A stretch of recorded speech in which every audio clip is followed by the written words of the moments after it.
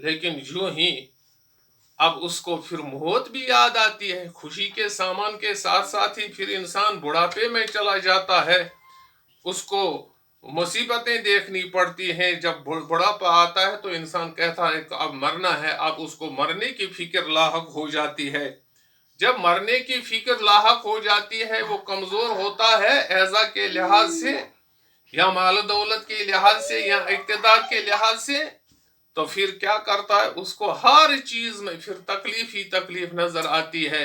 یہ راحت کا سامان جس کے پیچھے وہ دوڑتا رہتا ہے وہ آخری عمر میں اس کے کچھ کام نہیں آتا.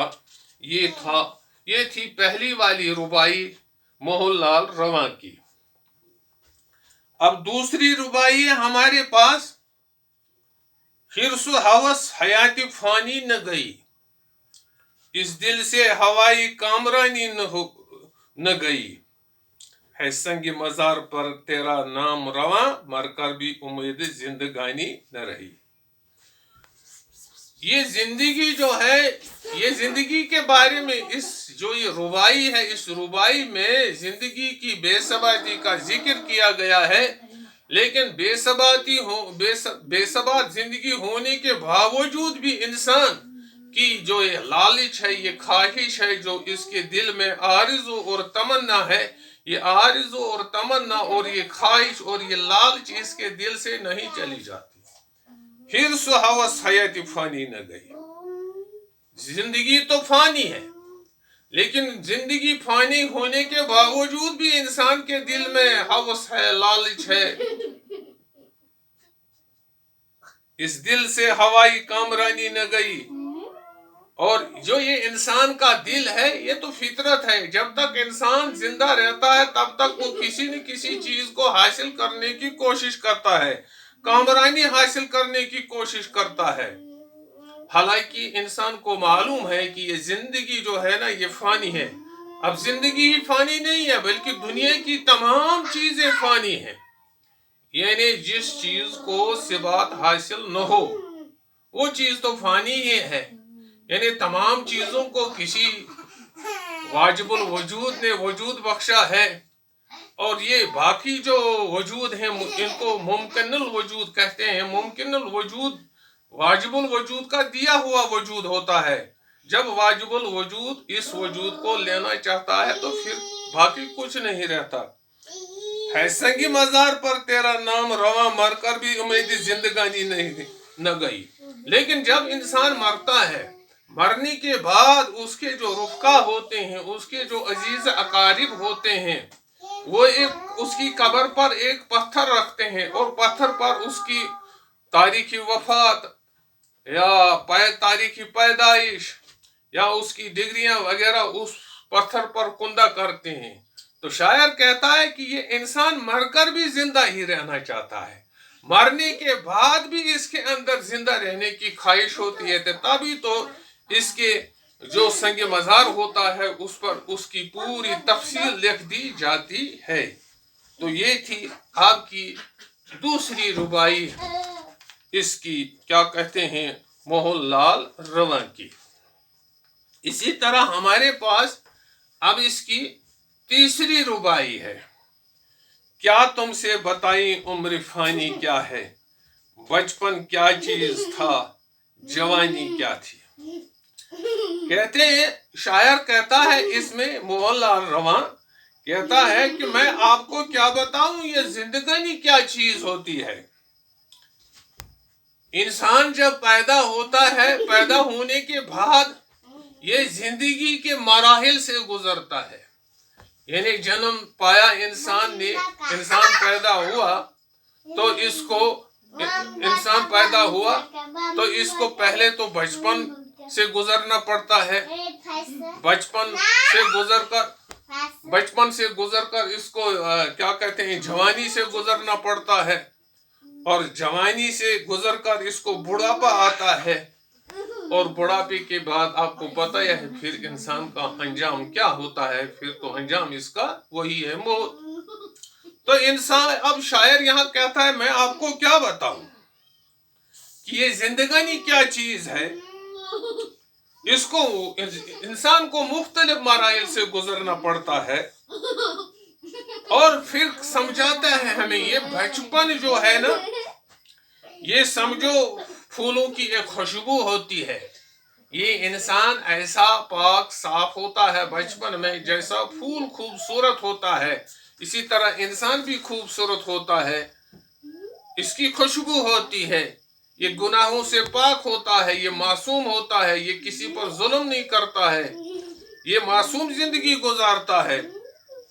پھر جب بچپن کا زمانہ ختم ہو جاتا ہے تو پھر جوانی آتی ہے. تو جوانی اس نے کہا ہے یہ گل کی مہک تھی.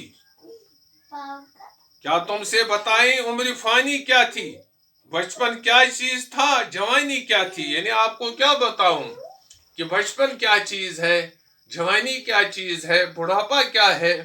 پھر کہتا ہے یہ گل کی مہک تھی. یہ بچپن جو ہے نا، یہ سمجھو پھول کی ایک خوشبو ہے، یہ پھول کی خوشبو کی طرح ہے، اور وہ ہوا کا جھونکا.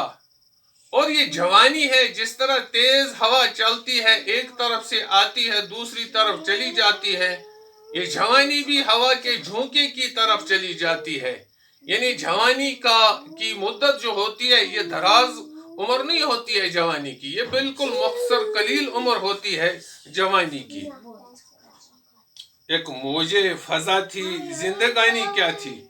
پھر کہتا ہے اب ہم بتائیں گے کہ یہ زندگی کیا چیز ہے.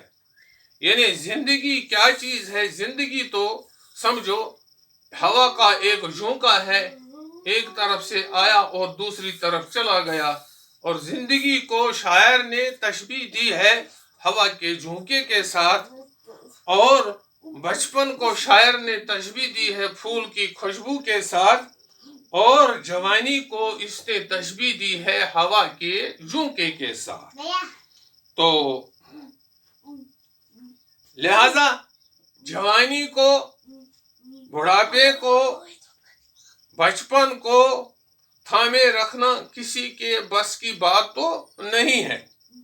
اب اس میں آتے ہیں کچھ الفاظ، جو الفاظ جن کو ہم نئے الفاظ کہتے ہیں، ان الفاظ کو آپ کے سامنے بتا دوں کہ کلفت کہتے ہیں رنج کو اور تکلیف کو، حرص کہتے ہیں لالچ کو، تمنا کو، خواہش کو، ہوس کہتے ہیں لالچ کو بھی، کامرانی کہتے ہیں کامیابی کو، سنگ مزاق کہتے ہیں سنگ تربت وہ پتھر جو قبر پر رکھا جاتا ہے.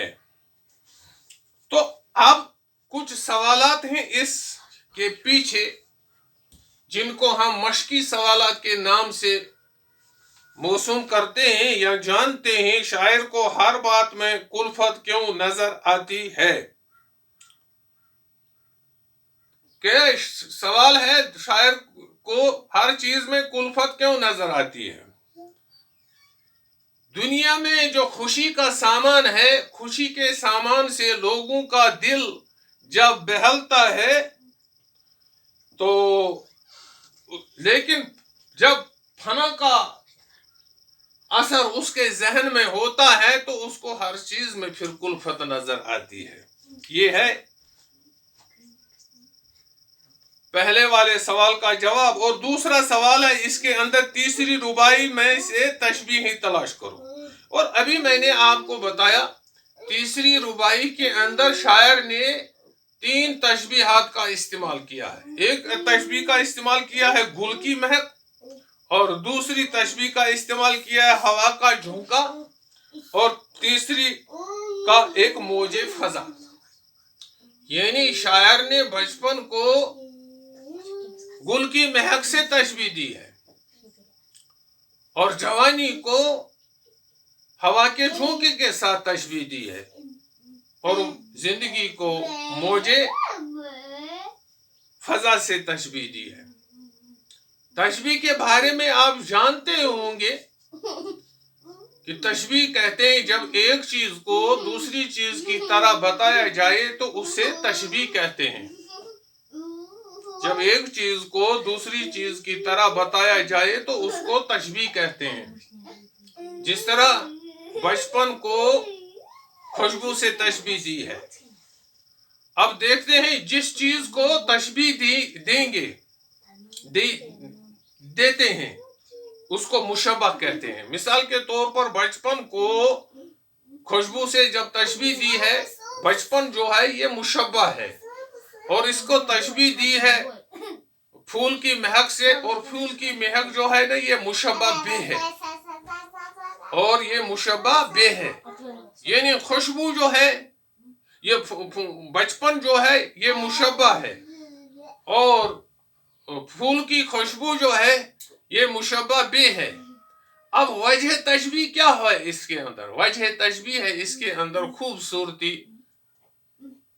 تو اب آپ سمجھ گئے ہوں گے کہ تشبیہ کسے کہتے ہیں. تو یہاں پر اسی طرح تیسرا سوال ہے دوسری ربائی کا محصل لکھیے. محصل کا مطلب ہوتا ہے خلاصہ. پھر سے ہوس حیاتی فانی نہ گئی، اس دل سے ہوائی کامرانی نہ گئی ہے، سنگ مزار پر تیرا رواں نام رواں، مر کر بھی امید زندگانی نہ گئی. اس کی تشریح تو ابھی میں نے آپ کے سامنے رکھی ہے.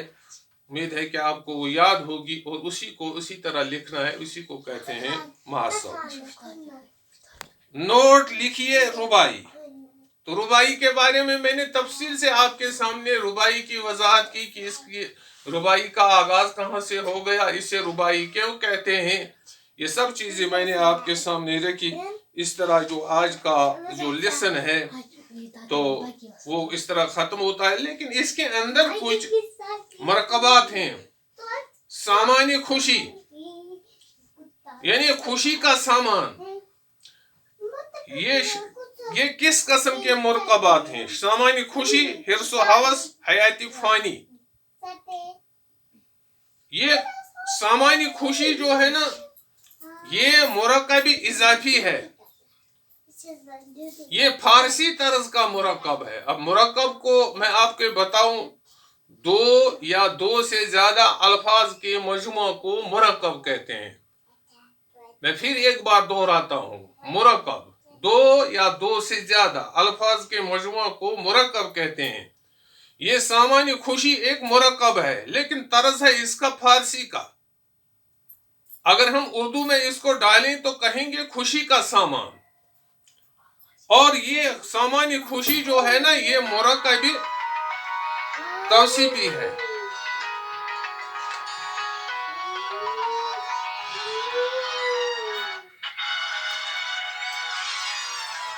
خوشی کا سامان ہے. اسی طرح حرص و ہوس.